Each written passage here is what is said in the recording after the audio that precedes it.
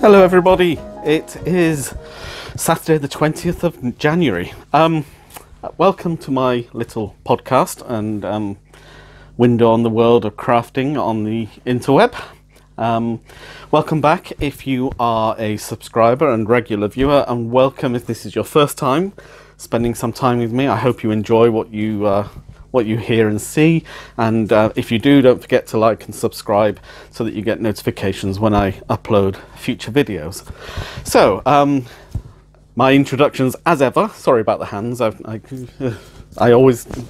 never know what to do with my hands, but there we go. So my name is Gerard, or Peter, or Boniface. I am a former monk and a former bus driver. I live in Abingdon-on-Thames in Oxfordshire in the south of England, 7 miles due south of the city of Oxford. I am a crocheter and a knitter, a weaver.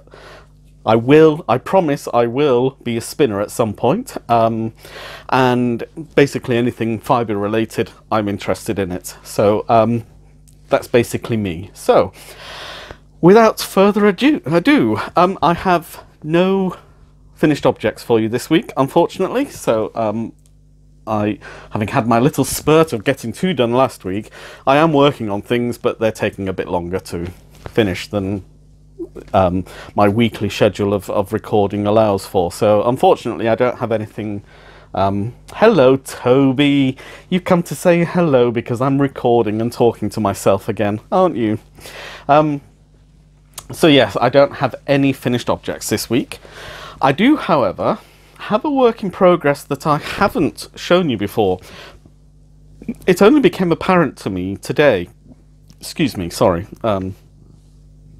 It only became apparent today when I was speaking with Wendy that I hadn't mentioned to you, of course, that I had started my latch hook. Sorry, cat hair. My latch hook project. And it's quite significant I talk about it. Sorry, I've got cat hairs everywhere. It's very important I talk about it because of some other things I want to talk about today. So you may remember a couple of weeks before Christmas, I guess it was, I went to Hobbycraft with Bob and Wendy, and there were some latch hook kits on special offer, and they were half price. I think they were £5 a pop, so I thought I'd buy one at such a reasonable low price. I thought I'd buy one and give it a go and see how I liked it, and I bought the flamingos. There was a cat one, which it is a cat, but for me it looked too much like an owl. The only thing that made it a cat were the slightly green eyes. So it wasn't either cat-like enough or owl-like enough for it to interest me.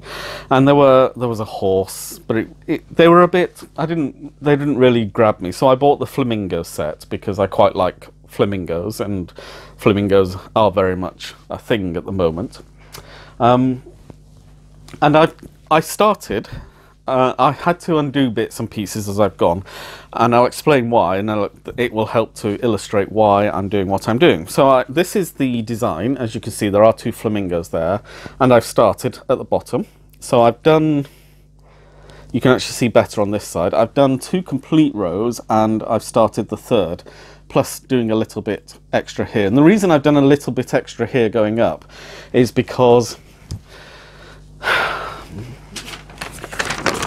this is the key.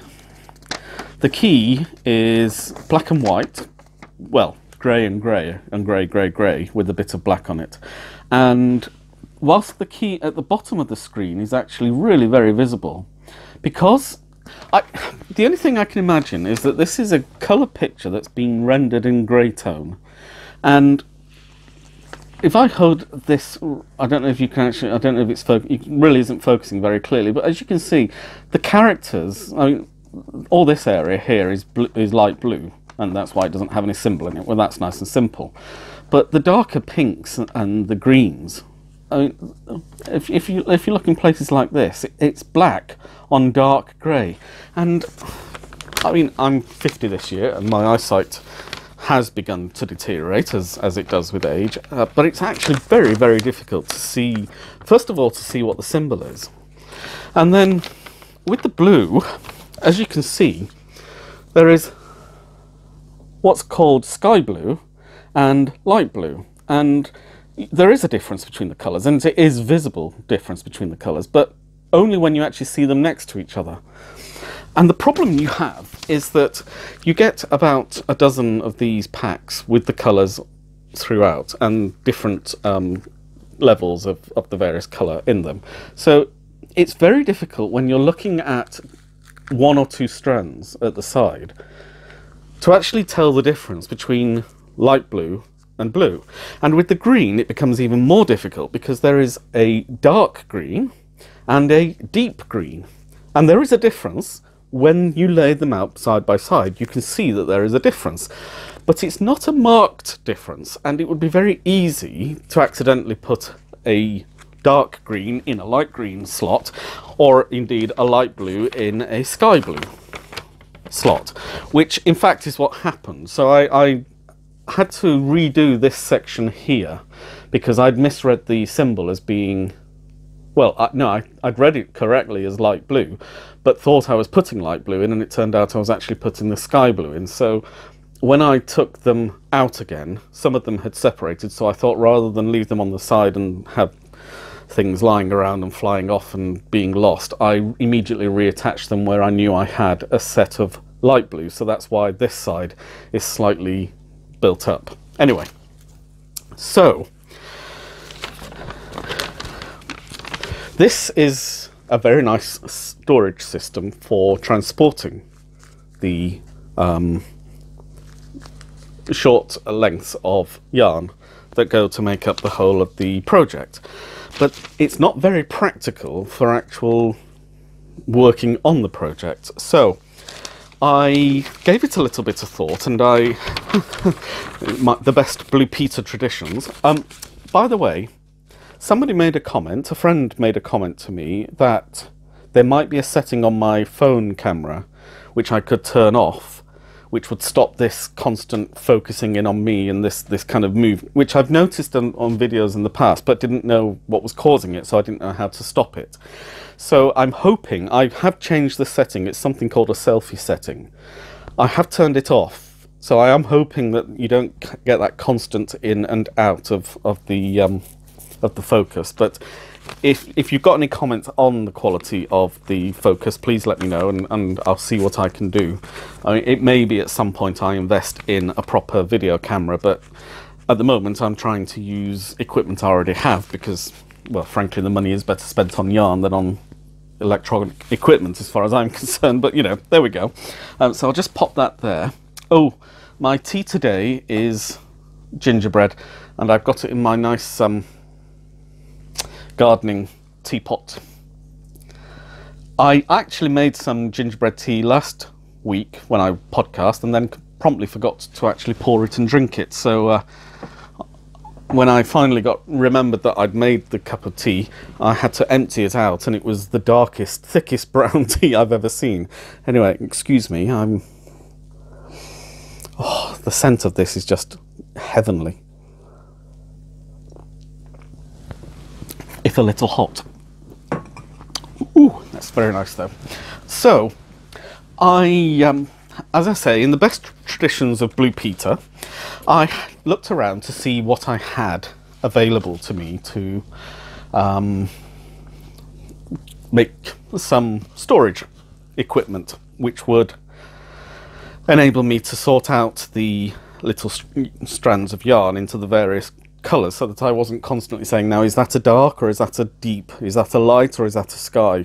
So it just would make the whole process much more enjoyable overall, and get my time more productive, because I would actually be spending more of the time doing the craft rather than trying to sort out the equipment. So I mentioned last week that a friend had ordered the Scania shawl and wool for the Off Our Needles knit-along that the Grocery Girls are hosting with Craftsy, and it came in this rather perfectly sized box. As you can see, it's a Craftsy box. And I've also been collecting egg boxes and toilet roll inners for the last 6 or 7 months, I guess, and I've got lots and lots and lots of them, and they're very useful tubes. But I discovered that 20 of them would lie very nicely inside the box, and I could then, so I put a piece of coloured card at the bottom just to level out the bottom, but it's all a bit, so I've separated out the colours, and you can actually see when they're in. I mean, some of them are empty at the moment because I've used them, but you can see that that's the sky blue, the blue, and the light blue, and they are actually noticeably different once they're side by side. And again, I couldn't see the peach because the light peach rather, because in the pack the light peach looks like white, but when you actually take them out and have them individual, sorry, I've got a cut on my finger, you can actually see that there is a very pale colouring on these, but in the pack against all the other colours that's completely washed out and it looks white. So it's been very useful. I now can identify all the different colours, but it's a bit very brown, isn't it? So today I wanted to go to Hobbycraft anyway in order to get a couple of a storage box. I don't tend to buy much in the way of yarn at Hobbycraft, partly because Mason's is my local shop, and as I've said many times before, with a local shop you either use it or lose it. So it's very important to support your local retailers. It's also very local to me, which means it's on my doorstep, so I only have to walk. They have, it's a 3-minute walk from here, maybe 5 at the most. They have a much wider range of yarns than Hobbycraft, and in fact, most of them are cheaper as well. So it's a win-win-win-win as far as I can see. So I tend only to go to Hobbycraft to buy the bits and pieces that Mason's doesn't stock, or that occasionally there are bits and pieces that Mason's might stock, but it's much more expensive because it's a one-off purchase kind of thing. So it very much depends. But I went to Hobbycraft and they have these ready-made paints. So my intention is to paint the inners white, and then I've got these 5 other colours, and there are 20 of those, so each colour will go to paint 4 of the tubes on the outside, and then it will just be that little bit more attractive. So in order to facilitate painting them, I bought a nice little painting tray, which is quite a robust piece of plastic, and some paintbrushes as well. So it was I'm hoping that, well, I'll probably do that later on today, and let it dry overnight and then be able to use it again tomorrow. So I just need to make sure I put the pieces of yarn that are in there away somewhere safe. With 2 little cats buzzing around the place, it's very important to put your yarn away safely. They have a sewing sale on at the moment, so I bought myself a nice big bobbin of white thread. Nothing very exciting, but then I managed to find a large storage box which is only 3.5 inches deep, which is significant because the gap between the bottom of the side of my bed and the floor is 5 inches. So the 3.5 inch box will actually fit very nicely at the end of my bed. I can pull it in and out just from the end, and that contains all of my metalworking items for the rings, the beads, and that kind of thing. So that's put away now because I mean it's a plastic box. It's not the most exciting thing in the world. But I did also see a lovely pair of pop-up scissors, so that's quite useful, nice safety device, and then you just clip at the end and then they clip away. So that was a little something and nothing. And I do have a hook that came with the kit, and it's perfectly all right, but it's a little bit small and a little bit fiddly.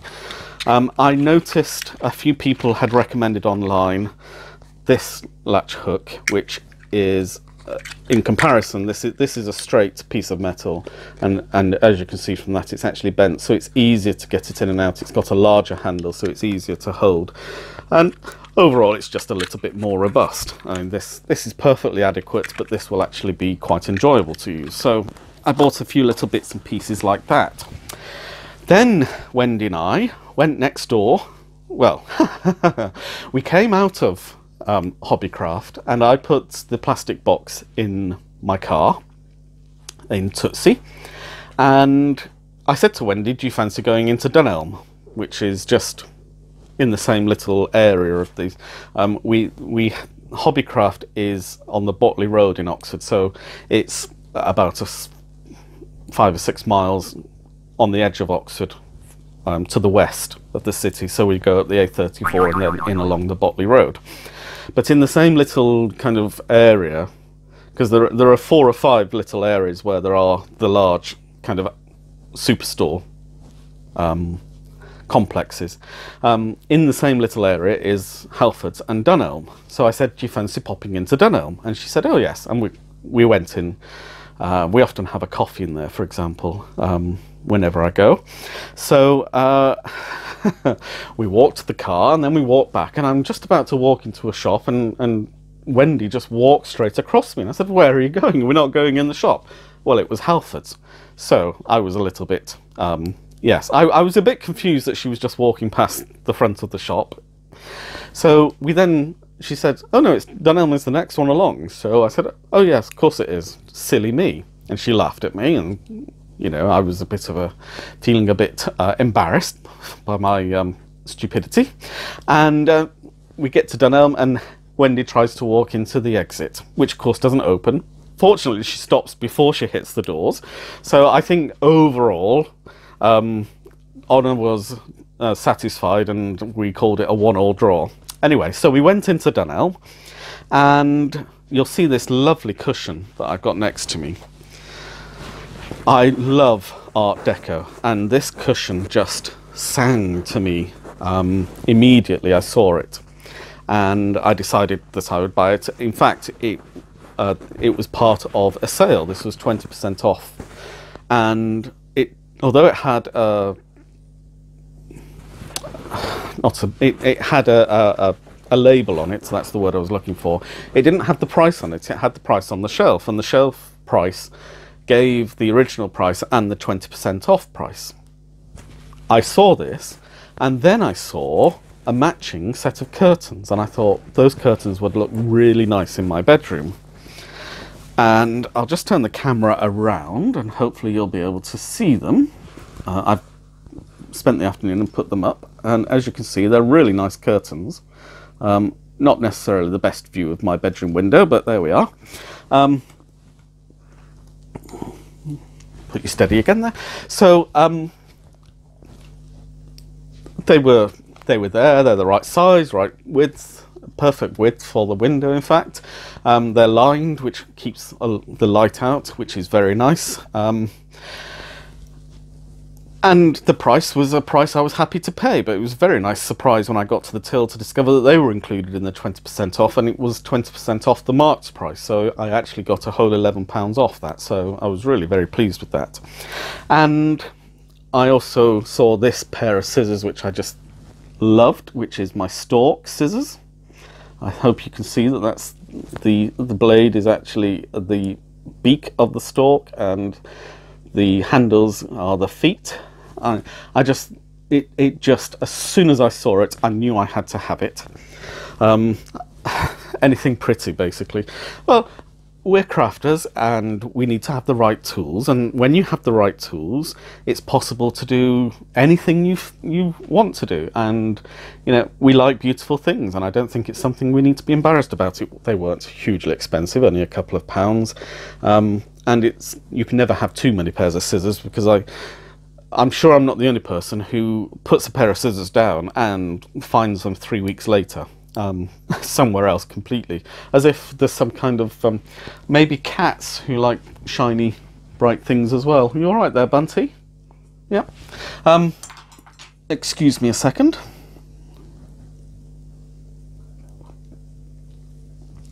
Oh, I do love that tea.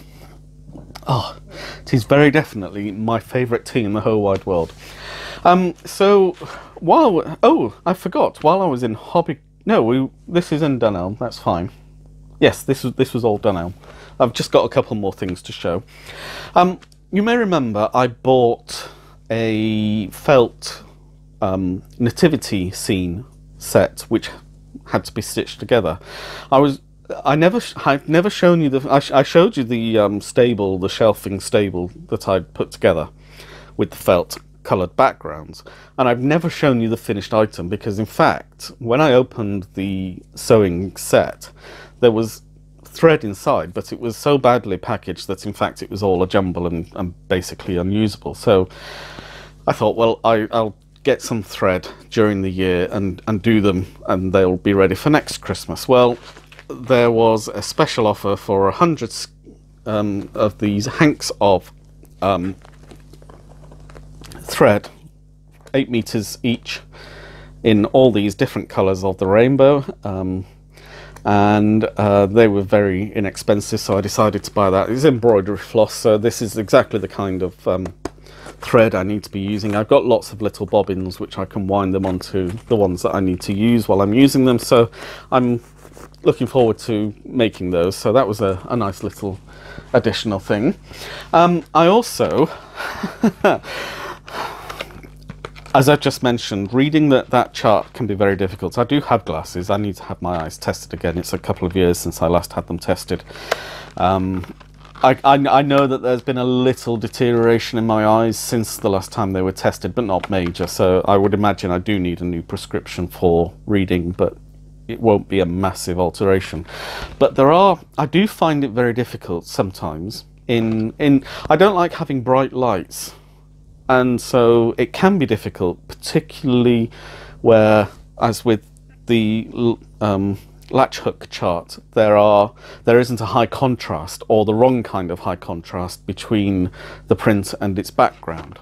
So I bought myself a magnifying glass, which is worn around the neck, as the model here clearly shows, and so it should help. I do have a tiny little magnifying glass which I've been using to try and read the chart, and in fact I've taken photographs of the chart and blown it up on the screen in order to be able to see what I'm supposed to be doing. So generally speaking, I think this is going to be, it's probably also in some ways better than glasses, because one of the problems I have with glasses is that they're designed for me to be able to read, so I can see things close up very easily, but the moment I look up at the screen or look up somewhere else at something else, I find it very difficult to see. So the advantage of the magnifying glass may be that I won't need to wear glasses as much while I'm doing the stuff, so that if I do look up, my eyes are already adjusting to the focal length of the distant object. So yeah, anyway, a sign of advancing age, and you know, embrace it. I'm not a spring chicken, no matter how I might feel sometimes as if I'm still 6 years old. And the other final thing that I bought in Dunelm, they had some beautiful kits, really. Tote bags, knitting bags, knitting needle case, crochet needle case, sewing box, and some of them sewing basket, or knitting basket sets. You could you bought the individual item, but they were all in the same fabrics, and I had to buy this one, and you'll see why as soon as I show it you. This is my lovely owl tote bag, knitting bag, and as you can see, it's actually got a grommet here so that you can feed the yarn from inside the bag. It's really I love the pattern, I love the fabric. It's a beautiful fabric, it's very nicely lined, it's got a little bit of interfacing inside, so it's almost quilted. It's not been quilted, but it's got that kind of robust feel to it. No pockets on the inside, but there is a pocket on the outside which goes the full length of the bag, as it were, and that's suitable for notions and needles if needed, hooks, whatever. I just love this owl fabric. It's just as soon as I saw it, I just had to have it. So I didn't even need to think twice, I just bought it. So that should have been all of my, sorry, it's just a beautiful fabric, I just love it. That should have been all of my acquisitions. So I got home and I thought, well, I know what I've got to do today. Put up the curtains, put my cushion on the chair. I love the fact that although they're different fabrics, it really does fit with the lovely beer mat fabric cushions that Wendy made for me, that Bob chose the fabric for.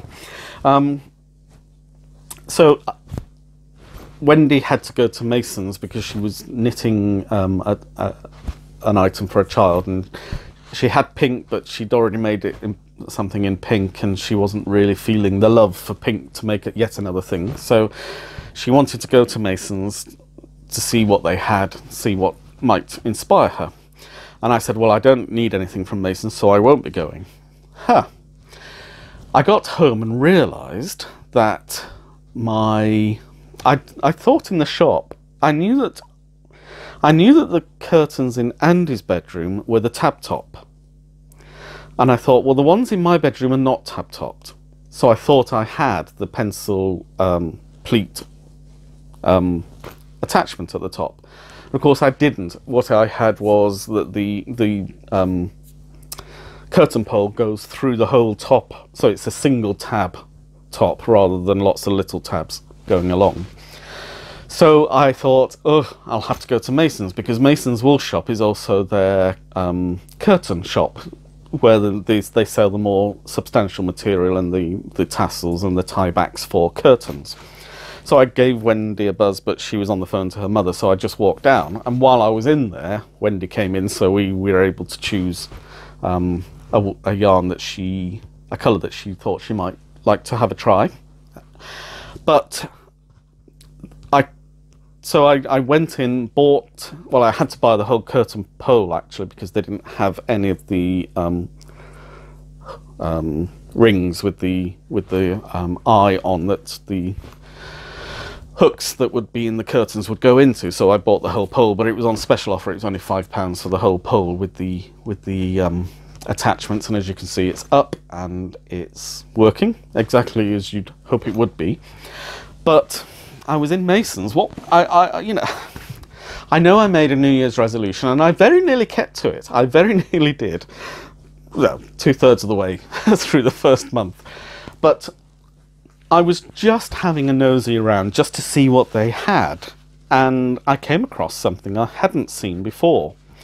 I noticed online, by the way, that Sirdar have now introduced a new cake,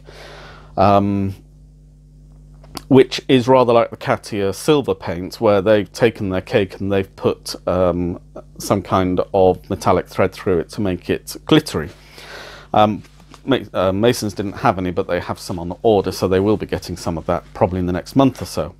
I don't know how it will compare to the Katia, but I'll let you know how it, because the Katia is really quite vibrantly shiny and glittery.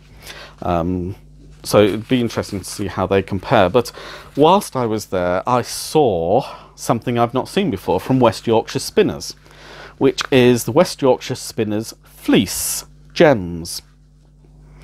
And these are jewel-like tones, and they had 5 or 6 different colours in there.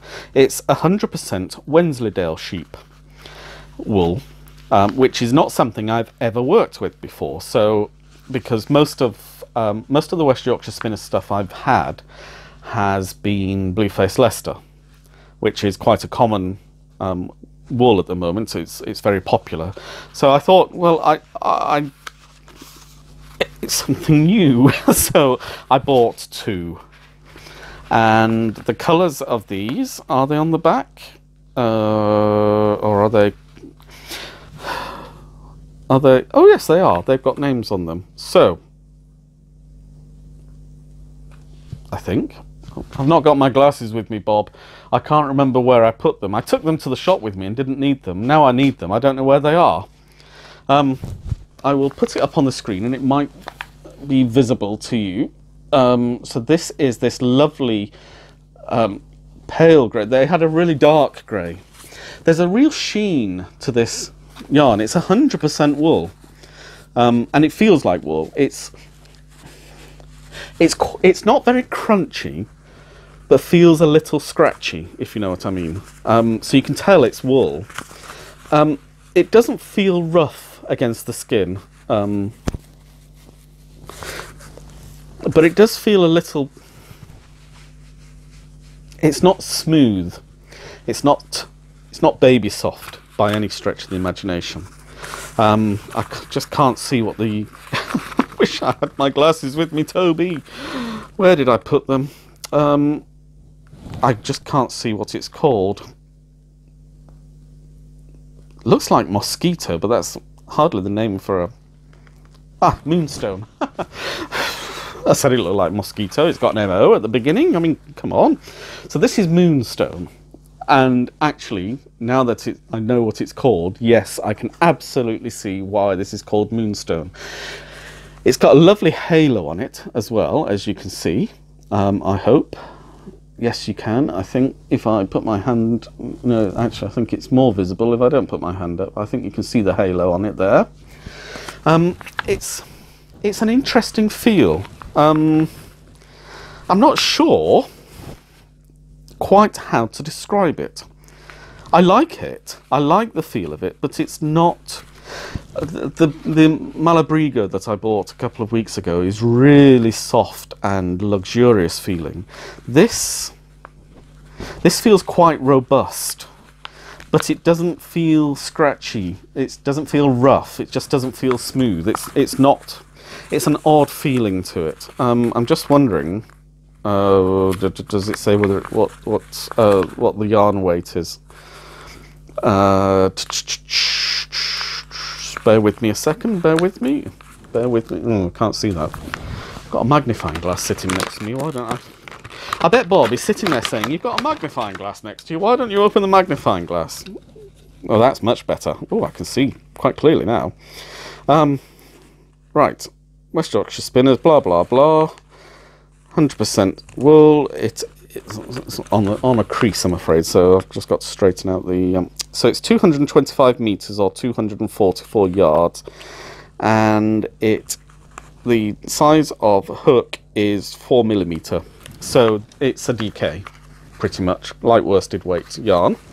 So that's the moonstone, and this, if I get my magnifying glass again, is tourmaline, and it's this almost ruby colour. I don't know whether you're getting the... It's difficult to know until I play back whether you're getting the right colour. If it's bright pink, such as it looks on my screen at the moment, that is too bright a colour. It's not that bubblegum pink. It's almost magenta in colour. It's more like the pink that you get in printing ink in your machine, which is more the natural colour that rubies, good quality rubies are. Rubies, ironically enough, even though we talk about ruby red, real rubies tend to have a certain pink quality, I think, rather than the scarlet quality of, say, the cushion behind my head.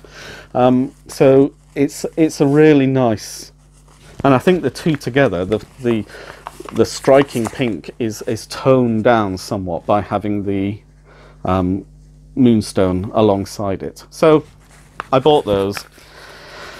Sorry, I should say this is 100 grams of each, so I don't actually know what I'll be using them for. They feel quite robust, as I say, so I think that, yeah, I think some kind of wrap might work with them, off the top of my head. So I think I will, I'll let you know. I just need to get something from my bag, which is just behind. I think I did. I printed it out on Friday. So I've been watching, as you know, the Off Our Needles, and the latest episode, no, not the latest, the one before the latest episode was about foxpaw, which is a new stitch, basically, invented by Zandy Peters, and it's a system of stacking stitches onto each other as part of the same row, so that you get this protrusion into the rows above of the colours from that row that you're stacking your stitches on, and that becomes the centre of the fox paws.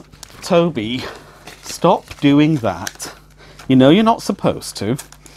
Thank you. I don't know, the cats. So I thought, well, you know, they showed a wrap that is a pattern by Zandy Peters on Ravelry, and it's a 5-colour wrap where the repeat of the colours through the length of the wrap means that the fox paws are all actually done slightly differently each time, so that you get this really textured effect going through the wrap.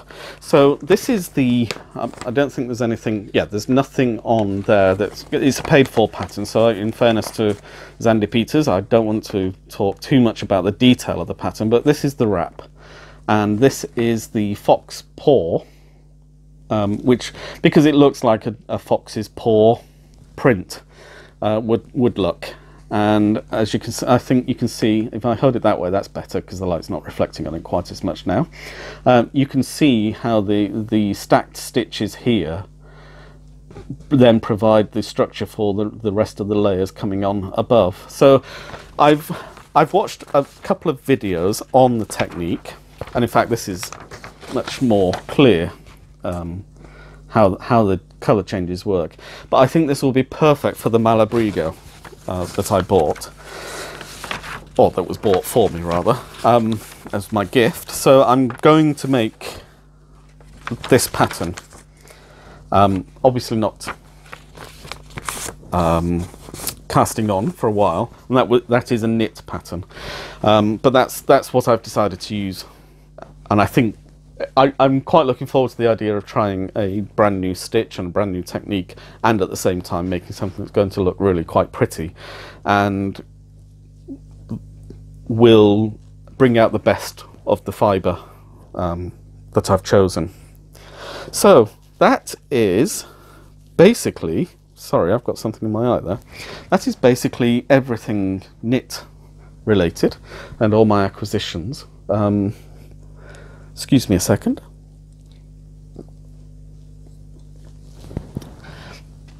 I notice, oh, I can't remember her name. Isn't that awful? Mine's gone completely blank. Oh, I can't remember the actress's name.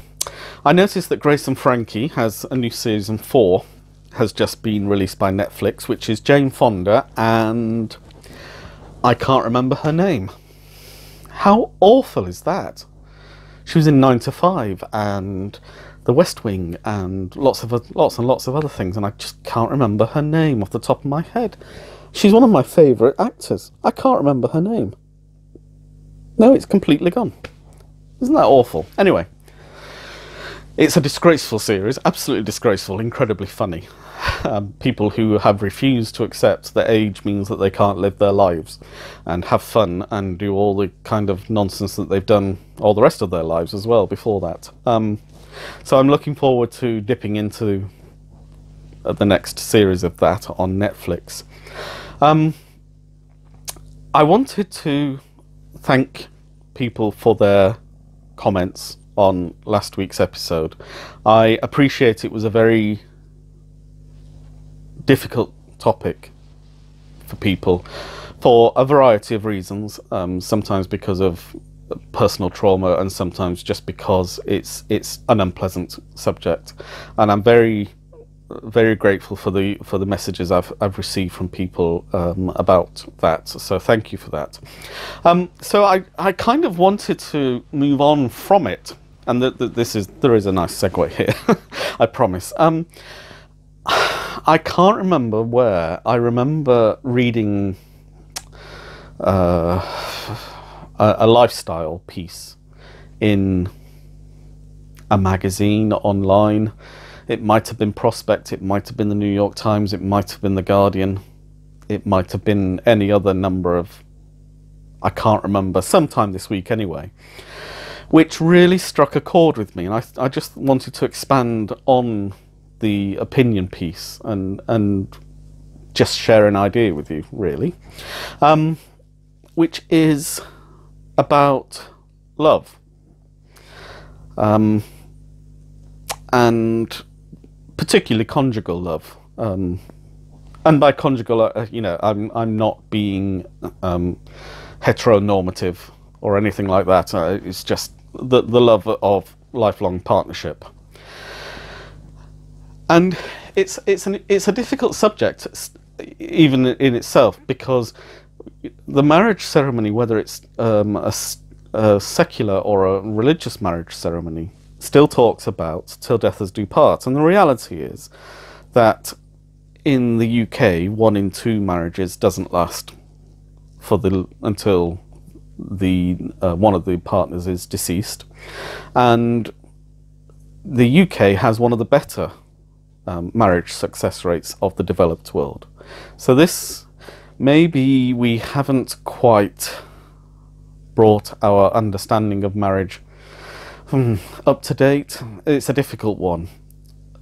There's a reality of the way in which life is lived, which perhaps isn't reflected or isn't reflective of the understanding that society has about the importance of marriage. And this set me to thinking, particularly in the light of this article that I've read, and I wish I could remember who'd written it. This is the trouble with my memory. It's just sometimes I remember the oddest things, but don't remember the key points. Anyway,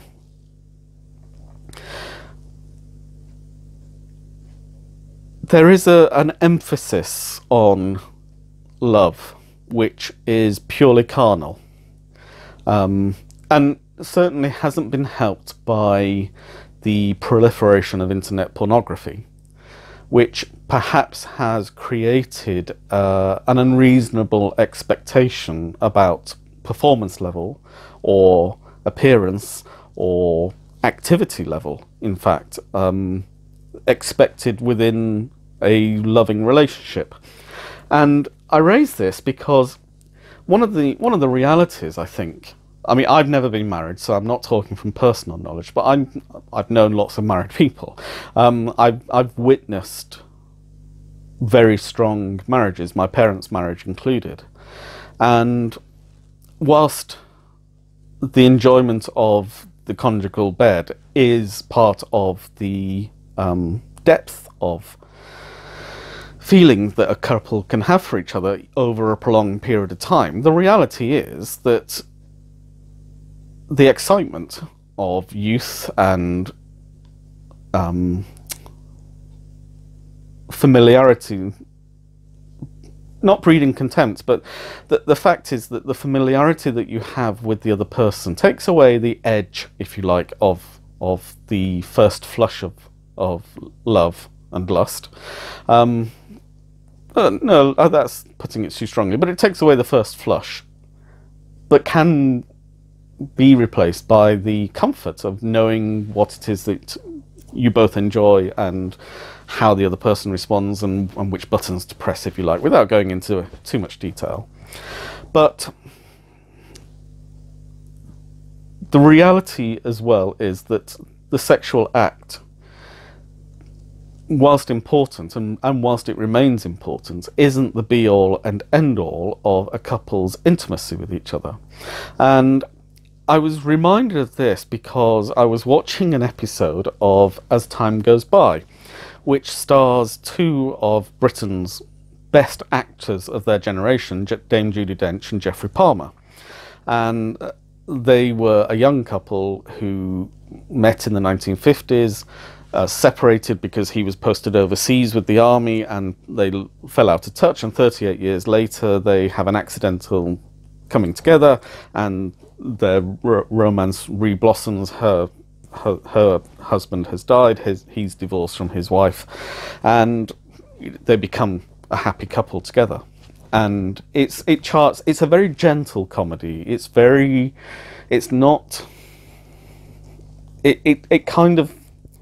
a comedy about the human condition. But one of the most touching and powerful scenes I find is always the bedroom scene, because here is a couple so comfortable with each other that they will sit in bed side by side, lost in their own world of reading, with the occasional laughter or comment about what they're reading, but more often than not where it's just a gentle touch of the arm, or their feet touching in bed, or just stroking of the hair as they read. And it's those physical intimacies, far more than the sexual intimacies in many ways, that really reinforce the sense of love. And it's the level of intimacy that a family will have with each other, that family members will have with each other, where we will touch each other, and it kind of follows on from last week with the groping problem. If my father put his hand on my knee, that would be a gesture of intimacy between father and son. But if a complete stranger puts their hand on my knee, then that becomes an invasion of my personal space, potentially a provocative act, and potentially an act of groping. So it's not the degree of the action, it's the nature of the relationship with the person carrying out the action. And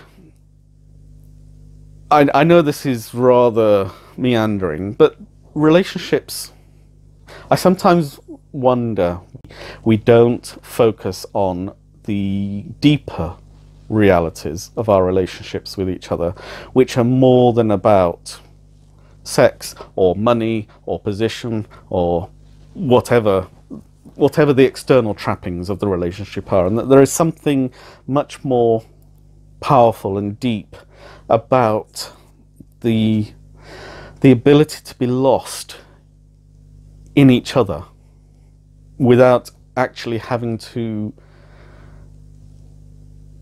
do anything, where we can be comfortable with the silence, we can be comfortable with just the mere presence of the other, rather than with the activity and the excitement of the other. So it's a fairly inchoate thought, but it was just this collision of the article I read and watching as time goes by, which appeared to be reflecting the same kind of understanding of deep human relationships. I mean, one of the funniest things my mother said after my father died, it was probably 4 or 5 Christmases. It was probably longer. It was probably about 10 years after he'd died. And I was at home I stayed with her for a few months over Christmas and New Year, because she hadn't been well. And I went up and stayed with her. It was about 2002, so it would be about 10 years after my father had died. And one of the things about my mother is that whenever it's cold outside, she only has a little nose, rather like me. It's only a little nose, but it would always go bright red on the end when she got cold. And my father would always do that, rub across it very quickly to warm it up. And that it was a shared intimacy between them that we were always aware of, and he always did it, and it was funny. And she wistfully just said to me, if your father was here, he'd be rubbing my nose now. And it was interesting that it was those little intimate moments, more than all the others. It was the sharing of those tiny little moments which mean nothing on the one hand, but in reality reflected the depth of the relationship that a couple would have, where it was a silliness, but it was more than just a silliness. It was a shared moment of humour and knowledge that had grown out of their 30 years of living together as man and wife, and knowing each other and understanding how each other worked and which buttons they could press and which buttons they should avoid as well. So it was interesting that was just that wistful moment where nobody had ever done that to her since my father had died, and probably nobody else has ever done that since. So I just thought it might be interesting to hear another view on the idea of what true love can actually be, and how we as human beings express that level of love. So there we are. As I say, rather inchoate meanderings there, but it was just a pleasant thought, and it doesn't always have to be heavy, does it? It can sometimes be nice stuff. So what do we have to look forward to? Well, I will be watching Grace and Frankie and Grace, or Grace and Frankie. Do you know, I nearly had her name then, and it's gone again. Oh well, you'll all be shouting. I'll probably put it at the bottom of the screen and put that silly emoji in the corner as well, so that I've gone a bit loopy again.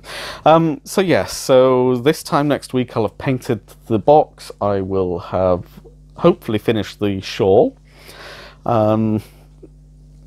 It's as I was explaining to Wendy earlier today, the Scania shawl starts with 8 stitches on the cast on.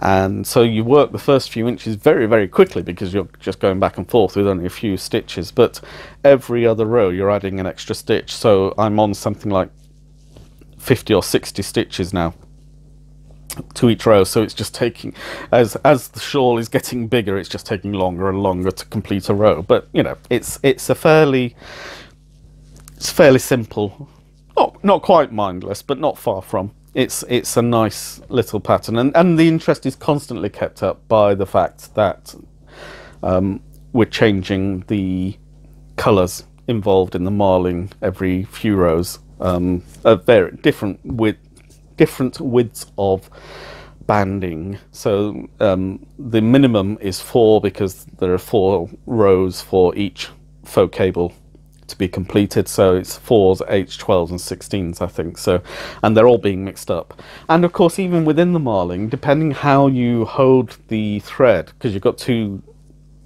strands coming in, depending how you hold the thread, you end up with a different amount of each of the colour, so you can actually control how it appears through the way you hold the threads as you complete each stitch.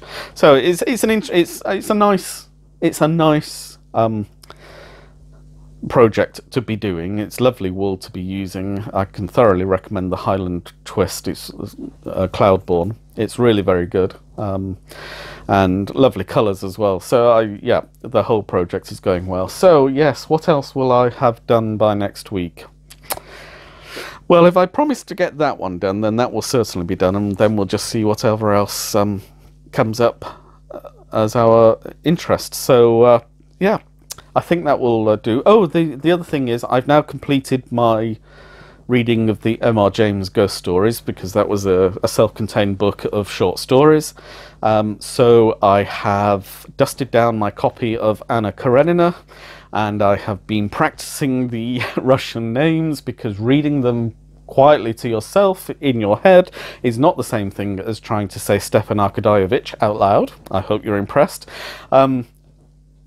So fingers crossed, I should have the first part of Anna Karenina uploaded this weekend, and I will have that ready to go on my other channel. So I think the other thing I should mention, I did want to mention this.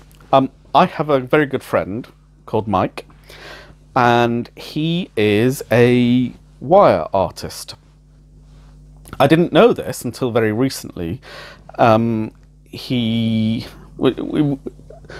are normally constantly in touch with each other, but for the last 12 months or so, for some odd reasons, we've kept in touch, but it's been intermittent, so we've not really been aware of what the other's doing. So he didn't know, for example, I had this channel, and I didn't know that he was doing these sculptures in wire, which are phenomenal. So he has been creating bonsai style trees and bicycles and lots of other little bits and pieces. I will perhaps put some pictures in to show you. I'm hoping, he was at the farmers market in Abingdon yesterday, showing his wares, and I mean they are stunningly beautiful items, and I'm been giving him a little bit of advice on, well, not advice but suggestions, I think, rather than advice. I mean, I don't really know anything about what he's doing, so it can't really be advice, but some suggestions about things he could do to be raising his profile and where he can be showing and selling his items. So I would thoroughly recommend, if you are at all interested in beautiful things, to go to his Facebook page. I will put a link down in the description box below, but it's Mike Baston Wire Art, and if you look that up on Facebook you will find his page, and it's got some beautiful items on there, and from there you'll be able to see if there's anything that you like. You know, he has a number of items ready to be shipped at any time anyway, but also I'm sure he'd be very happy to receive commissions to make items as well. So, but even if you're not interested in buying, they are beautiful things, and it's well worth a visit just to see them. So it's, you know, looking is free and I would thoroughly recommend it, because in the flesh they are even better than the pictures show them to be, and the pictures are good. But the reality is stunning. So I'm fingers crossed he's trying to make a go of it as a sculptor